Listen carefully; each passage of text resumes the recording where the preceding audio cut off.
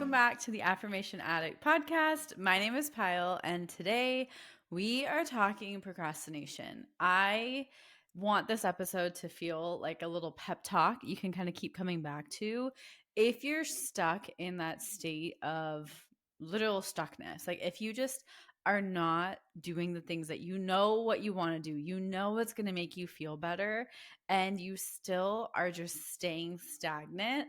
I want this episode to be something you can listen to as well as myself. I am literally recording this for the version of myself who was sitting on the couch just doom scrolling or watching movies because I didn't feel comfortable showing up in the way I really wanted to show up.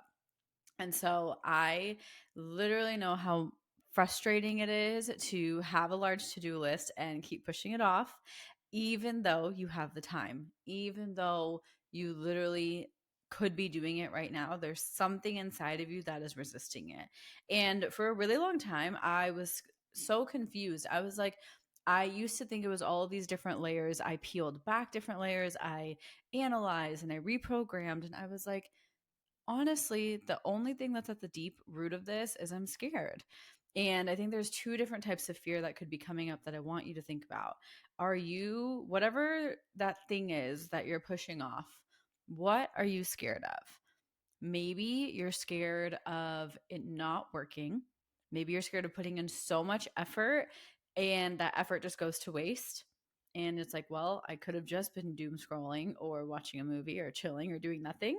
Or maybe you're scared of the unknown that comes with it because this hasn't been part of your normal identity and your normal story. So maybe that version of you who is super consistent and gets all of her to-do list items done, maybe that scares the crap out of you because you don't know what that looks and feels like because it is so unfamiliar.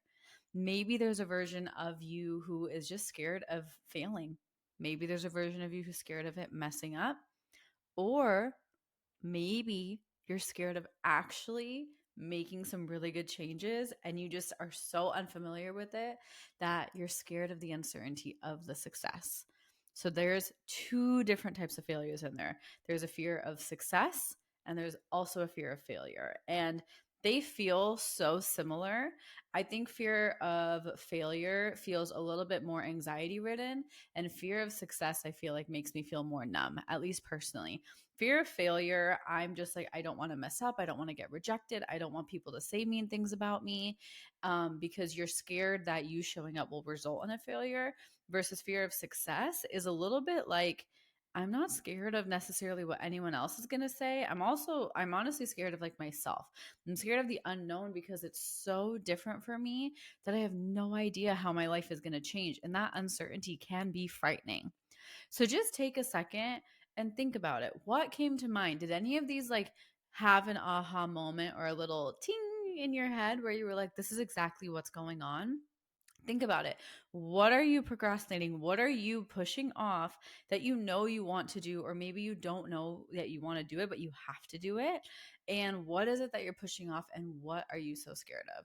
This might not apply, but I feel like for most things, fear is an underlying thing. It could be a very unique and personal fear to you. It could be like a very specific fear of maybe this will happen and then people won't like me. And then because of that, I won't be able to progress in my life. You could have a series, like a string of fears connected to each other, but take some time and think about what is that fear? And then I want you to think about the fact that what is it doing to help you stay in that fear? Just acknowledge it because fear is an emotion, fear is a feeling. There's no truth behind that fear. There's no kind of evidence that this fear is going to happen in this situation. Maybe it's happened in the past. It could have happened in the past and you're scared of it repeating, but there is no guarantee or confirmation that it's going to happen again. That is all made up in our minds. And that is a protection mechanism. It's not like you're a bad person for having this fear. It's just the fact that you are trying to protect yourself and stay safe. And this fear is making you feel really, really unsafe. So think about it that way. Does this fear feel as scary when you look at it with less judgment? Because most of the time when we're procrastinating, we're really judging ourselves. We're so hard on ourselves. We're so almost angry at ourselves and embarrassed and shameful with ourselves. But when we realize that why we're doing it is because we're subconsciously or very consciously scared of something, you start to kind of peel back the mystery and you're able to identify, oh, it's a fear that's holding me back. And once you identify that fear, you can say, okay, I see that fear. I understand that fear. I get it. It is a very valid fear and it's allowed to live, but my fear doesn't have to dictate how I act. And that is where you start to get to take your power back, because I feel like we use our emotions as indicators for whether or not to take an action. However, I think that's kind of backwards. Our emotions are just little signals. They're not always true. They're very rehearsed, they're very learned. There's signals that might not be connected to what you're actually doing. They might be connected to something from your childhood or something that happened in a movie that you saw with someone else that really triggered you. So your emotions might not actually be your own, or they might not even be true for the situation that's at hand, because you haven't experienced the situation at hand because it's in the future. You've been pushing it off, actually. So, if you think about it, your fear is allowed to live, your fear is allowed to be present, but you're allowed to act even if that fear is present. Even if you're scared, you're allowed to do it anyways. And I know this does not sound revolutionary. I know this kind of sounds annoying, and you might have been hoping for a really powerful way to heal all procrastination. But really, for me, the biggest thing that's helped me shift my procrastination is knowing that procrastination is a manifestation of a deep, deep fear, working with that fear, acknowledging that fear. And even if that fear hasn't gone away, realizing that I'm allowed to do it anyway. And when I do it anyway, even if that fear is there, it starts to go away really quickly. Like doing it anyway, taking that action anyway, not procrastinating is your action to get rid of that fear. It's such a full circle and it feels so obvious when it's explained this way. And I get it. You might be procrastinating something that you've been pushing off for months, maybe even years. Trust me, I have been there. I have done that in so many areas of my life. I literally think I am a cream procrastinator, but I'm also really good at taking action when I'm scared, because I know that I have the power to choose my emotions just like you do. Your emotions and your fears might be creating so much turmoil within, but you do have the conscious willpower to act anyway. You can cry as you're acting. I've done that. You can feel scared as you're acting. You can feel super uncertain as you're acting. But just that small step of knowing that you can take your power back is probably one of the most significant moments in this process of trying to shift out of that procrastination state, because you're able to act anyway. You're not paralyzed by your fear. You notice it. You're not dismissing it. You're not pretending like it's not there. You're owning it and you're acknowledging it, but you're choosing to do so anyway. It's almost like compartmentalizing yourself and saying, there's a fearful version of me, there's a version of me who's procrastinating, and there's a version of me who's already done it. And there's a version of me who's doing it while she's scared. And all of those can coexist at the same time. You are so multidimensional. So tapping into the different versions of yourself, not judging one or the other, not saying one is better than the other. They're all trying to do the best they can, but just tuning in like channels on a radio. That's what I like to call it when you're shifting your emotions, because we've experienced the full range of human emotions. However, we forget that our human emotion, we can choose it on purpose, because your brain and your body does not know the difference between what's real and imagined. You're able to choose to recall a memory, or to just literally say, I am choosing to feel happy. I'm choosing to feel joy, and tap into those feelings with different somatic techniques. It's not as simple as just thinking it, but that's kind of the gist of it. It is so simple that you can start to choose, how do you want to feel as you're taking this action, and you are able to start shifting out of that procrastination mode. So if you are stuck in that state, I want you to acknowledge the fear that's at hand. There is some sort of fear. You might have to dig really deep and wipe away a lot of dust, but there's probably a deep rooted, and it might even seem completely unrelated fear that is at the root.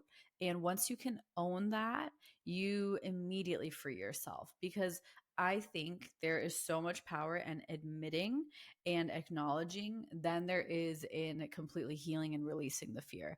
I think acknowledging it for what it is way more impressive than kind of overcoming it, because I think that's the first step to overcoming it.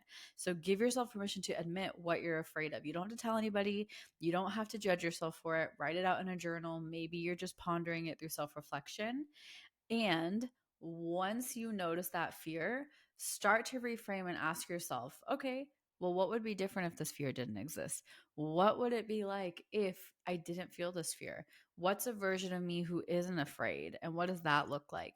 And start to kind of normalize your nervous system, normalize the immediate kind of fight or flight response that's probably kicking in, which is why you're not able to actually do these actions, even though you know they're good for you, such as like working out or drinking more water or doing your spiritual practice, like whatever it is.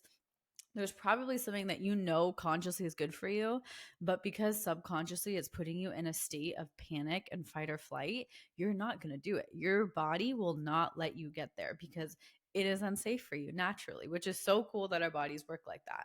So instead of demonizing your procrastination, use it as a tool for information, and then you're allowed to start acting anyways. You're allowed to take a small step and do it scared, because doing it scared and acknowledging the uncomfortable feelings and the resistance and allowing yourself to do something scared is probably one of the most freeing things you can do, because I don't think that was normalized. I don't think we're used to, oh, I'm allowed to feel scared and still do it.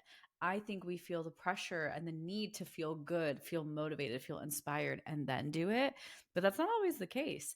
You do things when you're nervous, you do things when you're scared, and that's completely okay too.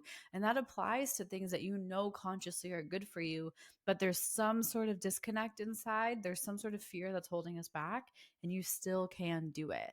And that's where you get to reclaim your power. You get to reclaim your inner strength, your inner power, and really reclaim the fact that you are the creator of your reality. You are the one who gets to decide how she shows up, what actions she takes, because your fear is just a piece of information. It is an emotion. It is a very valid emotion, but it's also just information. And we don't have to hold ourselves back just because of that information. We can act a little bit differently. We can act with a little bit more grace. You can act with a little bit more kindness to yourself. You can act with a little bit more patience and maybe take a smaller step rather than trying to go the full kind of 9 yards. Maybe you take one step in that direction instead of trying to literally run an entire mile. Maybe you just go on a 2-minute walk. There's so many different ways you can step out of procrastination and into taking your power back. And this is one of my favorite ways. So ask yourself these questions, do it anyways, notice the fear, and then spend some time brainstorming that best case scenario, brainstorming the opposite of what happens when this fear isn't there. What happens when this fear is false? What does that look like? And give yourself the opportunity to play around with and explore some of these possibilities, because you will surprise yourself when you can kind of snap out of that procrastination lens and put on a different pair of glasses to live your life through. You become so much more empowered. So I invite you to do it even if it makes you uncomfortable. Do it even though you know you're a little bit scared, and see how that feels. I know this is not the most inspiring or most like healing way to do something. However, it is probably the most effective, and it's probably the most transformational, where you will actually heal the parts of you that are scared by doing this anyways, because you're proving to yourself that you are safe still. You're proving to your nervous system that you are alive still, and you're teaching yourself how to regulate yourself no matter what is coming your way. So it is so, so powerful. Give yourself the credit to do it and start to take your power back. So I hope this episode helps you. Literally come back and listen to this at any point whenever you're stuck in that procrastination rut. This is for you. Okay. I love you and happy non procrastinating. Bye.